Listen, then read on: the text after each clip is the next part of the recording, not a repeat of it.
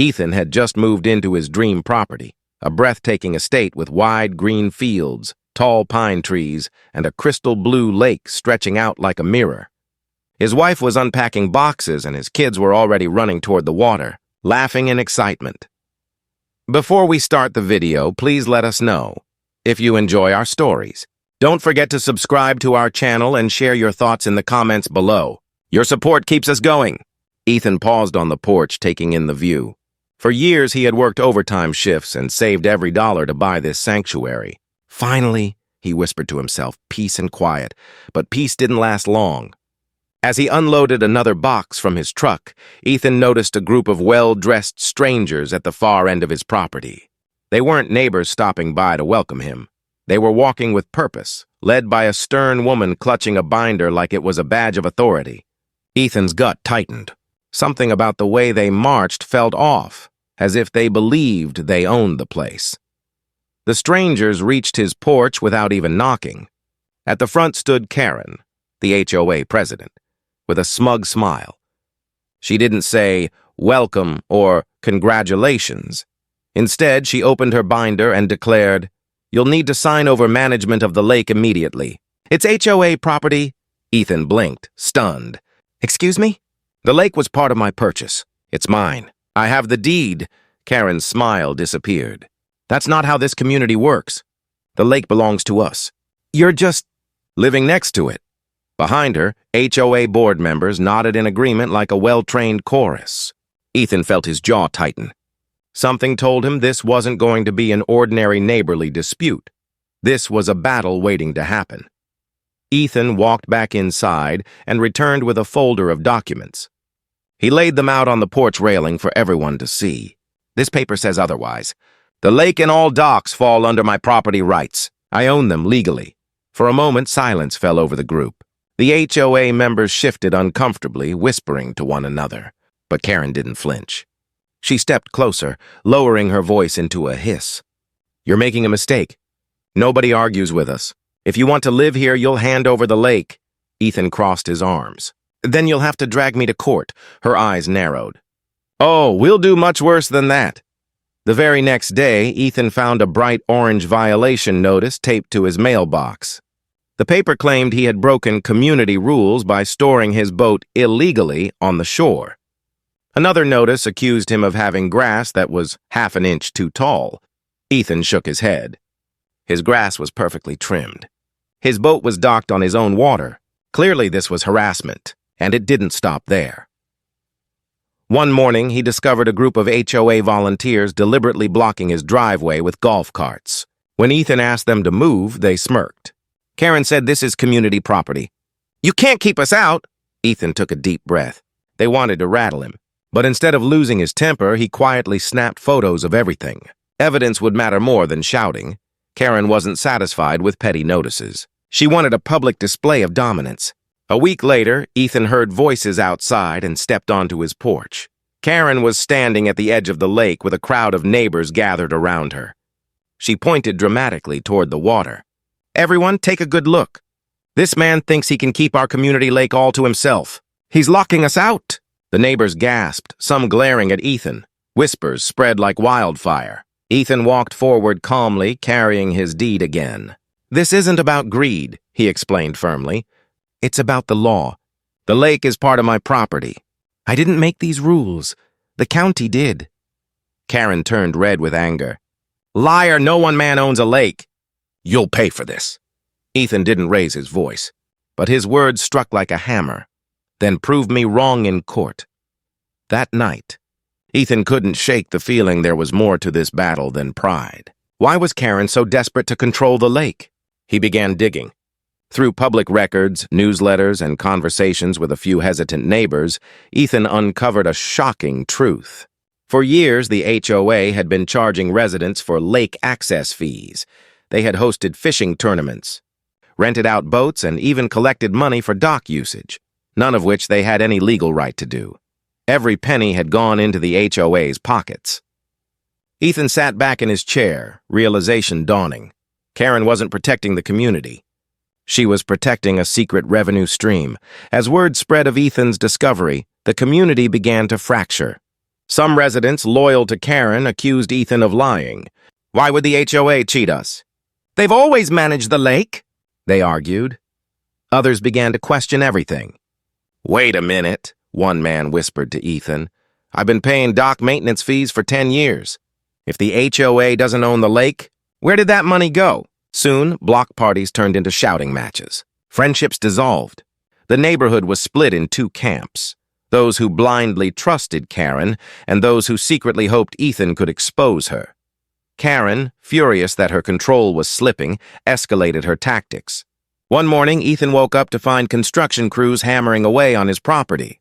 A massive wooden fence was being built across the land, cutting him off from his own lake.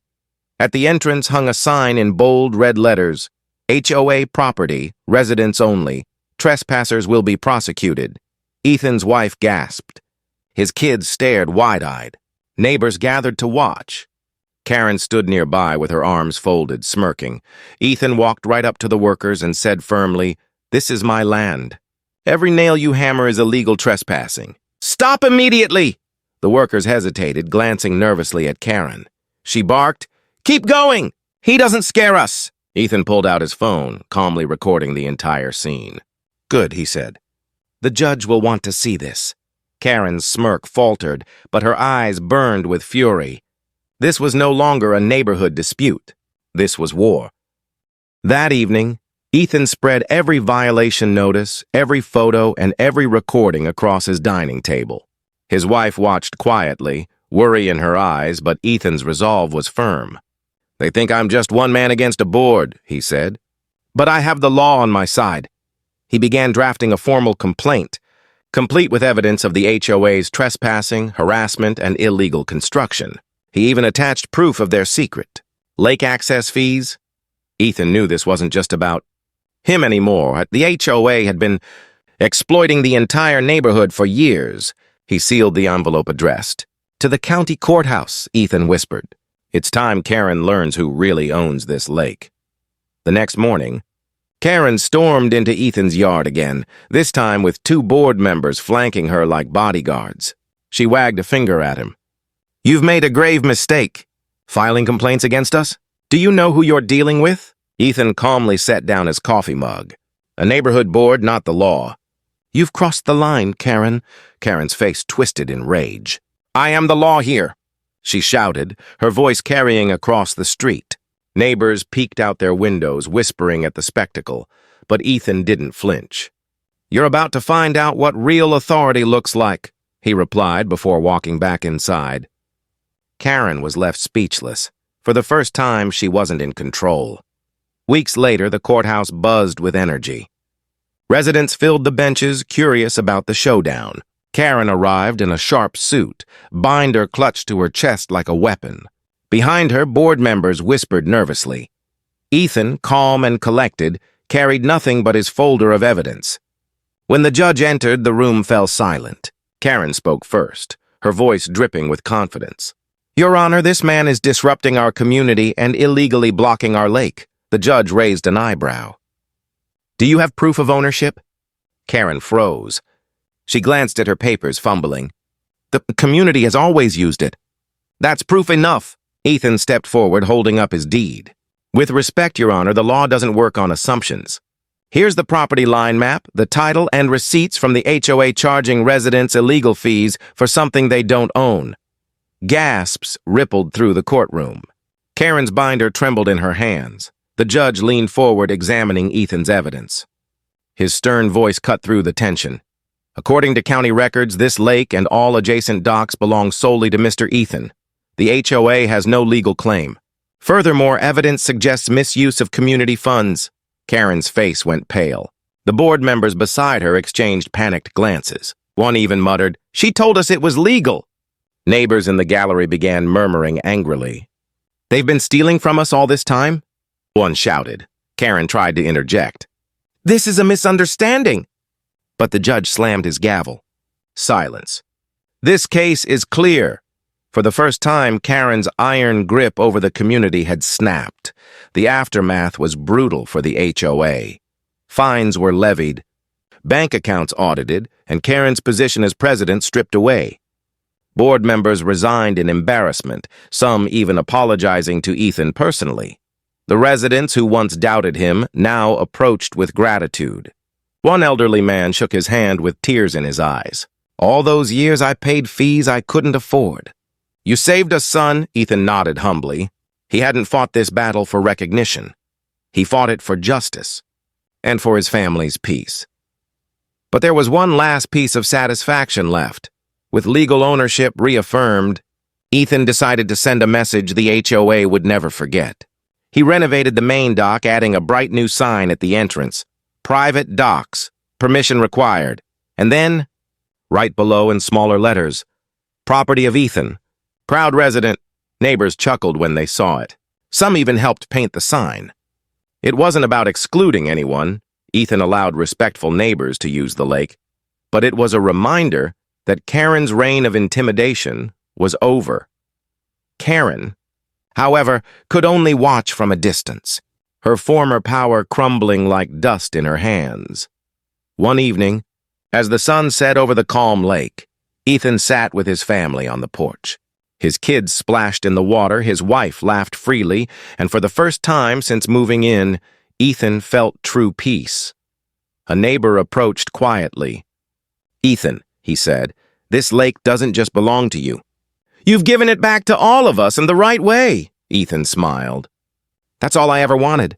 A fair community, where no one is bullied by power they don't deserve." From that day on, Ethan wasn't just the man who owned the lake. He was the man who freed the neighborhood from Karen's grip. And every time the sun glimmered on the water, it reflected not just beauty, but victory.